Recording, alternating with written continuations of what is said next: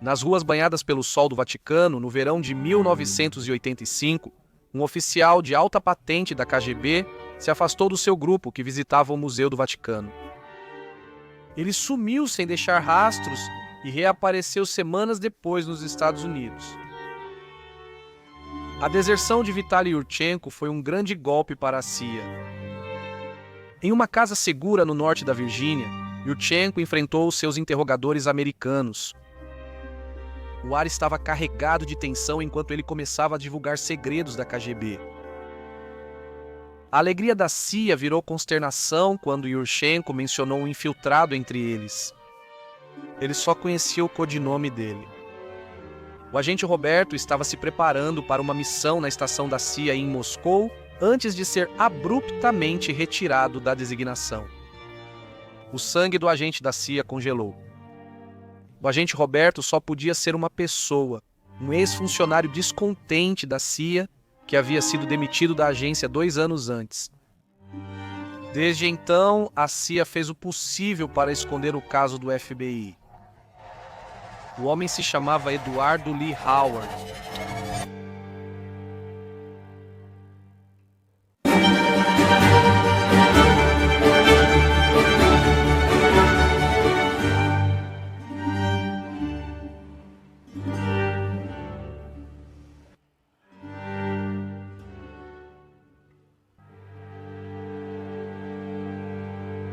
Quando, em 20 de outubro de 1983, Ed Howard estava parado em frente à entrada principal da embaixada soviética em Washington, contemplando a traição, fica a dúvida se ele pensou sobre sua vida até aquele momento. Antes de sua queda em desgraça, apenas alguns meses antes, Eduardo, ou Edinho, como seus pais o chamavam, estava prestes a viver o sonho americano. Ele nasceu em 27 de outubro de 1951, em Alamogordo, Novo México. O pai dele era sargento da Força Aérea da Coreia e técnico em orientação de mísseis. Maria Jaramillo, mãe de Eduardo, era garçonete em Albuquerque. A natureza do trabalho do pai dele fazia com que o jovem Eduardo nunca conseguisse criar raízes. Na juventude, ele mudou-se de base aérea várias vezes, morando em 6 estados americanos e 3 outros países. A família católica ficou muito orgulhosa quando Edinho virou coroinha na Alemanha Ocidental em 1962. Ele continuou o serviço religioso quando a família retornou aos Estados Unidos da América em 1965, indo para Wichita Falls, Texas. Apenas 4 anos depois, a família foi novamente deslocada, desta vez mudando-se para a Inglaterra em 1969, onde Eduardo frequentou um internato. No outono daquele ano, Eduardo voltou aos Estados Unidos para estudar na Universidade do Texas. Aos 18 anos, Eduardo evitou o recrutamento para a Guerra do Vietnã e estudou um semestre em Munique.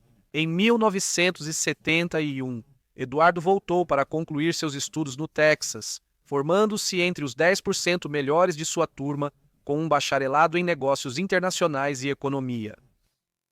O sonho de Eduardo era entrar na CIA, mas foi recusado por um recrutador por ser muito jovem. Ele entrou para o Corpo da Paz, motivado pelo senso de aventura e por saber que era um campo de testes para futuros recrutas da CIA.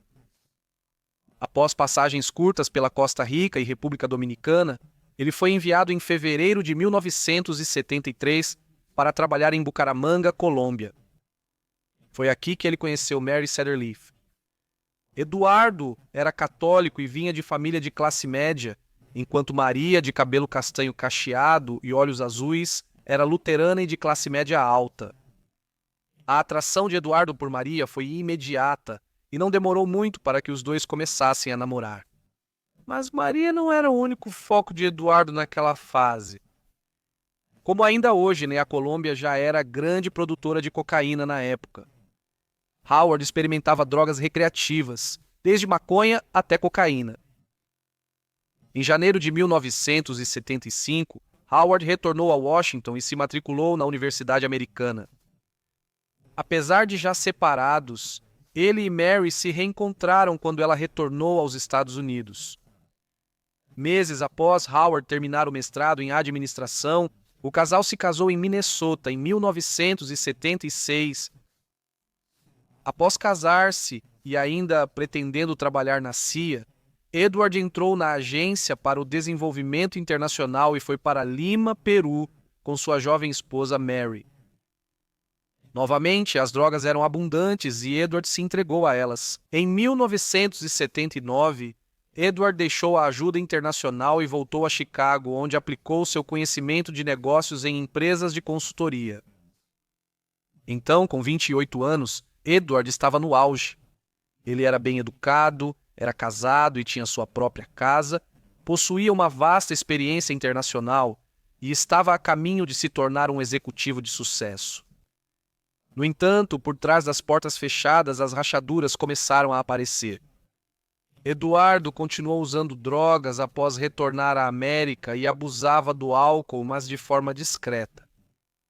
Isso causou muito atrito em seu casamento, com Eduardo e Maria discutindo frequentemente sobre a necessidade dele se recuperar.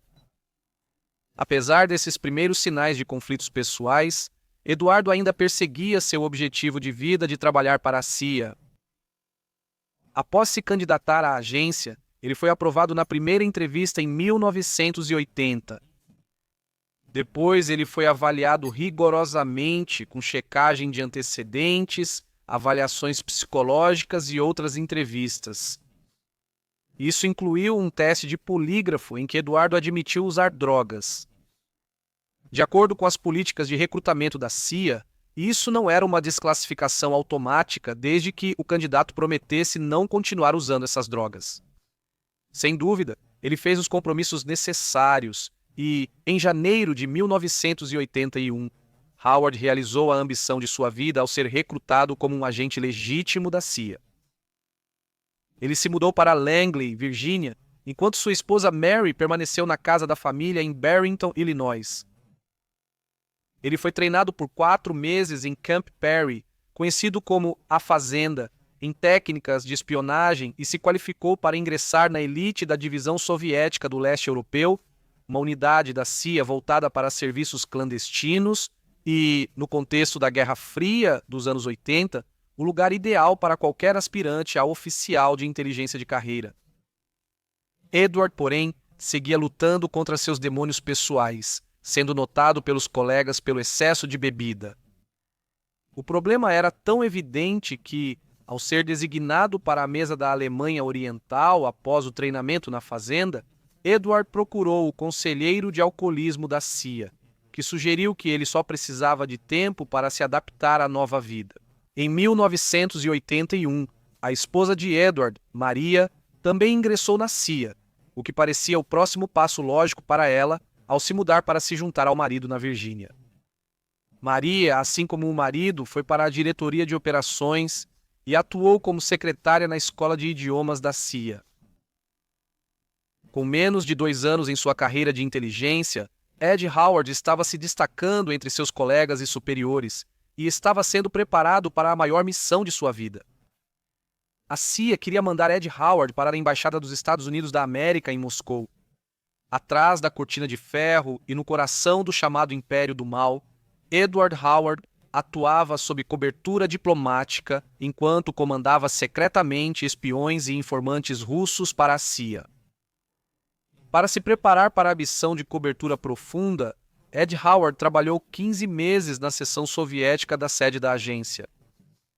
Foi aqui que ele adquiriu experiência em métodos e operações de contra-inteligência soviética. Ele analisava relatórios de inteligência, lia cabos da embaixada e auxiliava no planejamento e condução de operações e agentes secretos da CIA. Crucialmente, Howard tinha acesso aos codinomes e procedimentos de contato de todos os ativos da CIA na capital soviética. Ele também sabia onde a CIA estava realizando escutas telefônicas e onde dispositivos de escuta haviam sido instalados. Sua identidade de cobertura foi cuidadosamente elaborada, com Howard passando por todo o treinamento formal necessário para ser oficialmente nomeado, por meio de documentos assinados pelo próprio presidente dos Estados Unidos da América, para um cargo consular no Serviço Exterior dos Estados Unidos. Em março de 1983, Edward e Mary receberam seu primeiro filho, um menino a quem deram o nome de Lee. No mês seguinte, com Edward prestes a viajar para Moscou no final de junho, foi informado que precisaria fazer outro teste de polígrafo. Surpreso, pois o teste era de rotina, disseram a Edward que não havia motivo para preocupação. Era só uma formalidade por causa do local sensível da designação. Edward Lee Howard não imaginava que um desastre encerraria sua carreira. Um teste de polígrafo é projetado para medir 4 alterações nas respostas fisiológicas de uma pessoa durante o interrogatório: respiração, pressão arterial, batimentos cardíacos e suor. Disse que o estresse físico de contar uma mentira conscientemente causa alterações fisiológicas, que podem ser medidas pelo polígrafo e indicar se uma pessoa provavelmente está enganando o examinador. A eficácia desses testes tem sido disputada há muito tempo, com o consenso geral hoje sendo de que o polígrafo, que pode ser facilmente burlado com o uso de tranquilizantes ou por meio de condicionamento mental, só consegue detectar excitação, não mentiras. Na década de 1980, a CIA confiava muito no polígrafo, talvez por acreditar que sua eficácia dependia de o examinado crer em sua real efetividade. Edward Lee Howard fez seu teste no polígrafo em abril de 1983. Ele foi questionado sobre o uso de drogas no passado e presente desde que entrou na CIA, o que negou, além de questões de pequenos furtos. Edward confessou ter roubado $40 da bolsa de uma mulher deixada sem vigilância ao seu lado em um avião. Essas questões ele achava que não eram nada demais, mas, para sua surpresa, foi chamado de volta repetidas vezes para responder a mais perguntas. Antes do último teste de polígrafo, Howard tomou um tranquilizante e foi pressionado, sendo acusado de ocultar da CIA um crime grave. No entanto, quando tudo terminou, Howard foi informado de que tudo estava certo. Pensando estar livre de problemas, Howard voltou para casa para sua esposa e sogros, levando champanhe para celebrar a iminente partida da família para Moscou. No entanto, nem tudo estava bem. A CIA tinha dúvidas sobre enviar um homem considerado psicologicamente despreparado para o estresse do trabalho. A admissão de roubo e uso de drogas não foram decisivas. O que a CIA não pôde tolerar foi a indicação de engano. Algo precisava ser feito, e rapidamente. Foi então decidido, para o choque mútuo de Edward Lee Howard e seus colegas da CIA, encerrar a missão em Moscou e obrigar Howard a se demitir da agência. Estarrecido, Howard foi rapidamente escoltado para fora da sede da CIA sem sequer ter a chance de limpar sua mesa. A vida de Howard nunca mais seria a mesma. Surpreso com o fim repentino de sua carreira, Howard levou a família de volta para Santa Fé, Novo México, onde virou analista econômico. O ressentimento amargo que sentia por sua demissão abrupta o levou a uma espiral descendente de abuso de álcool. Ele começou a fazer trotes para a Embaixada dos Estados Unidos da América em Moscou e até confrontou seu antigo chefe da agência, Tom Mills, na entrada de sua casa certa noite. A CIA, embora tenha evitado enviar um alcoólatra instável para uma de suas missões mais sensíveis, agora tinha um problema potencialmente ainda maior em suas mãos. Um funcionário descontente com conhecimento íntimo de suas operações e agentes soviéticos mais secretos. A potencial ameaça à segurança caiu sob a responsabilidade do FBI investigar e mitigar.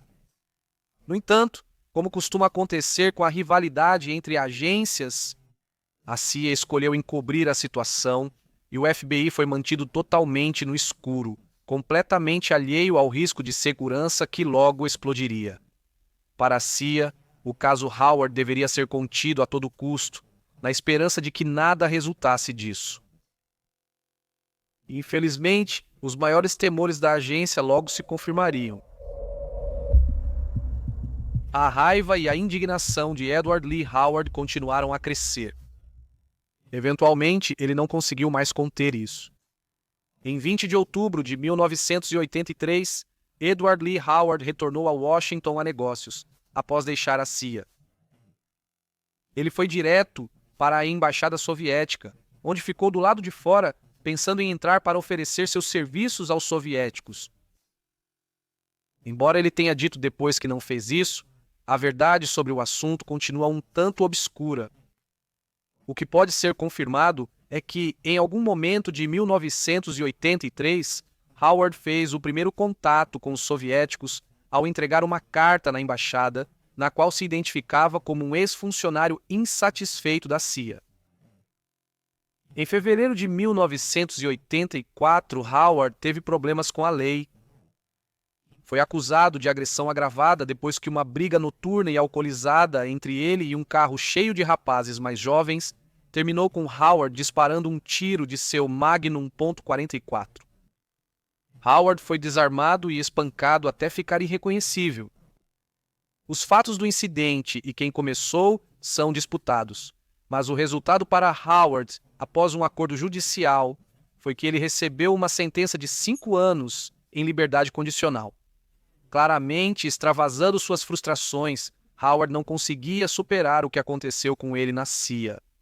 No mês seguinte, em março de 1984, ele propôs a um ex-colega e amigo que trabalhava no Serviço Exterior dos Estados Unidos da América que procurasse a embaixada soviética na Cidade do México para vender segredos americanos.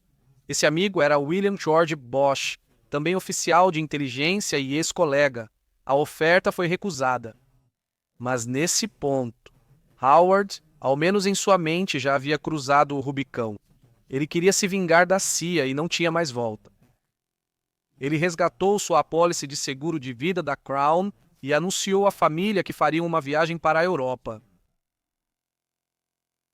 Em setembro de 1984, a família Howard viajou 8 dias pela Europa Ocidental.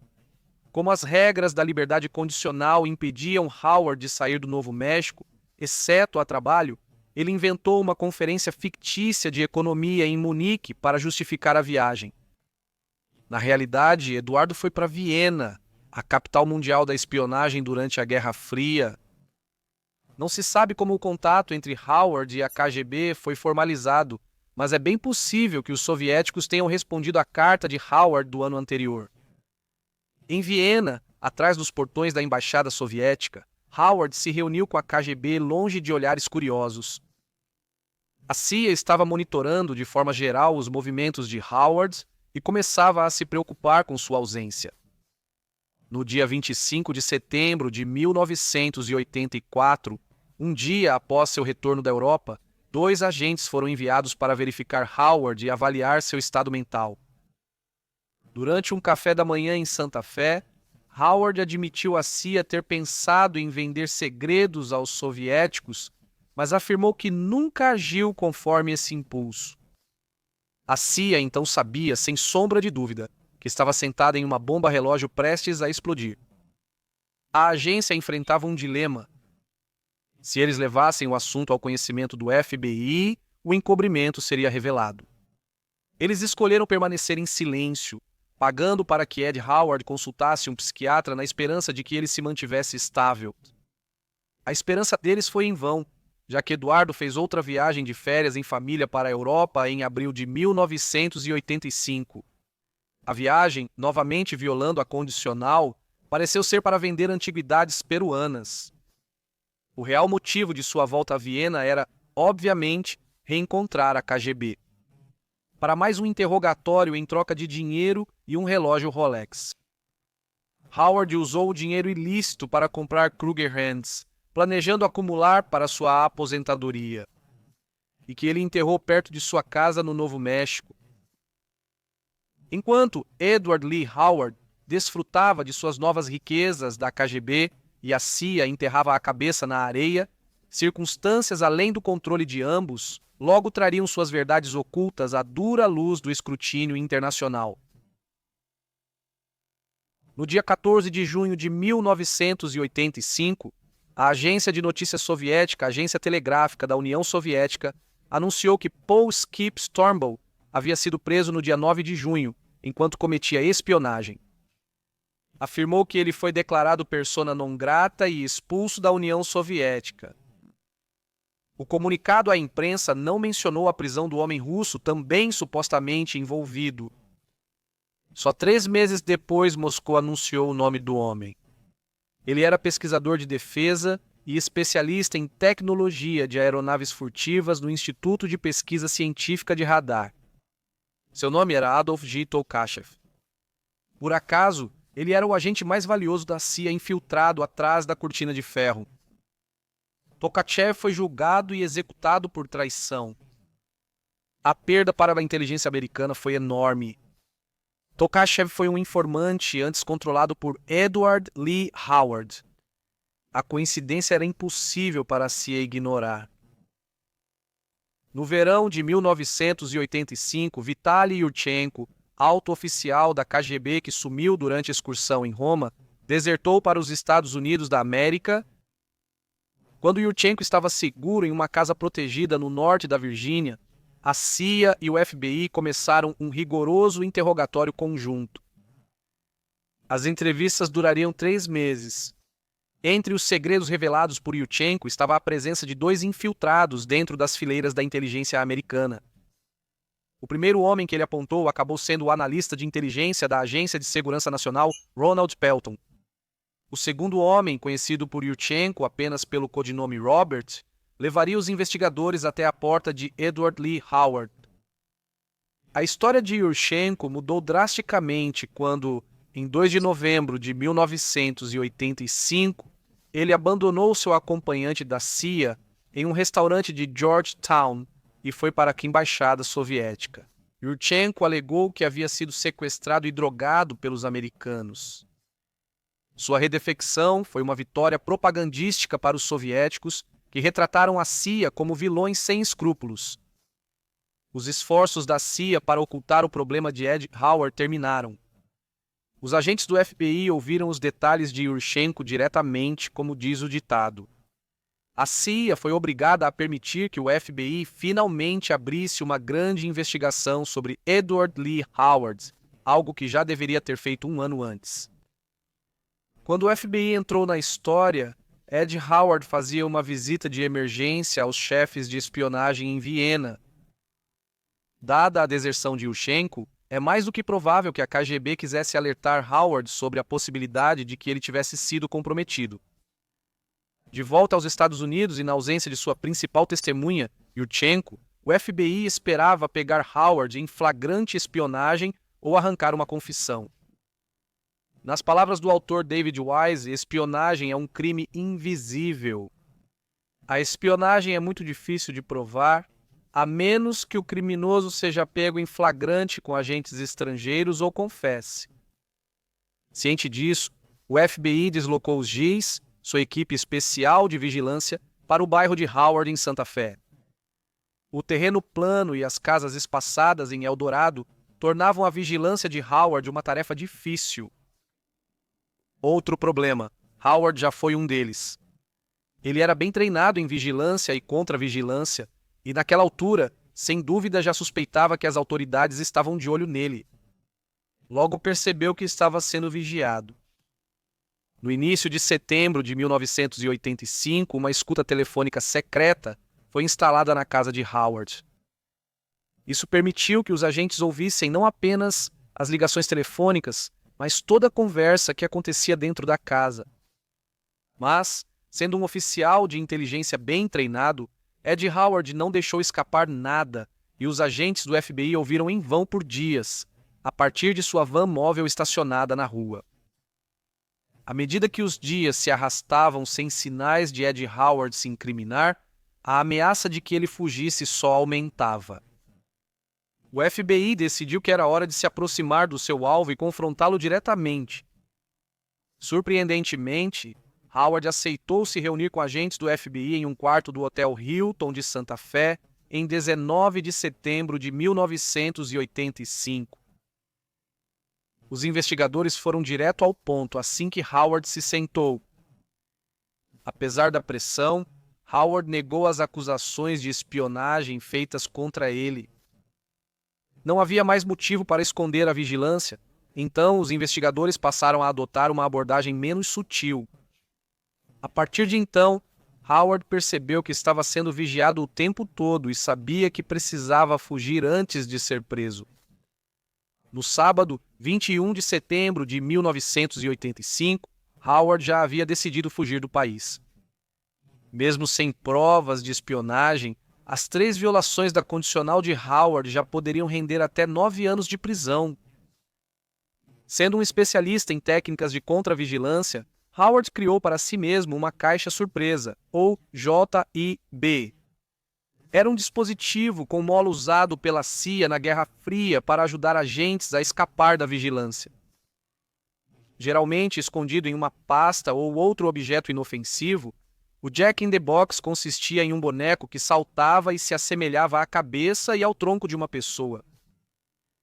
Durante seu treinamento, Howard aprendeu a saltar do lado do passageiro de um veículo em movimento lento.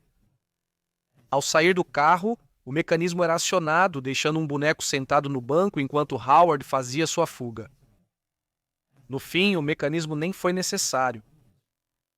Mary Howard saiu da garagem com Edward ao seu lado naquela tarde de sábado, enquanto um recruta azarado sentado em uma van de vigilância do FBI apertava os olhos contra a intensidade do sol do deserto à tarde.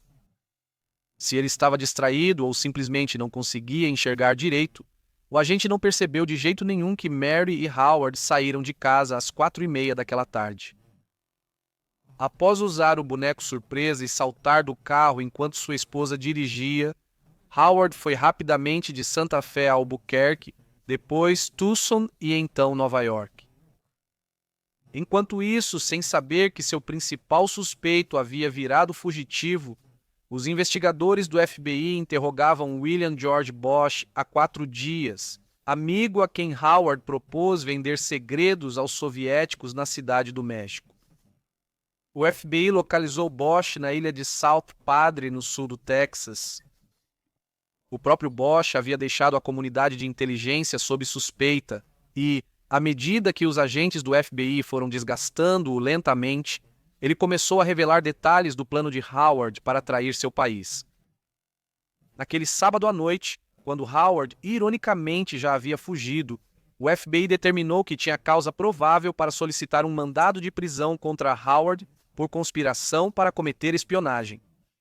O mandado de prisão só foi concedido em 23 de setembro de 1985. No entanto, foi muito tarde.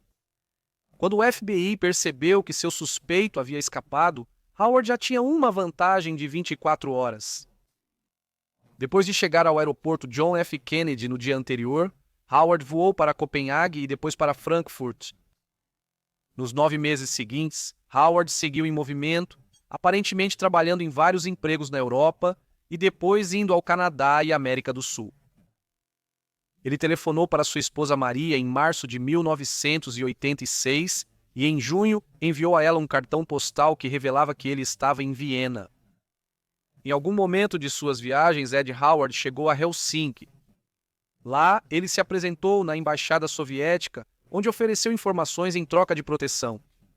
Em 7 de agosto de 1986, Ed Howard, fugitivo internacional e o homem mais procurado pelo FBI, reapareceu em Moscou.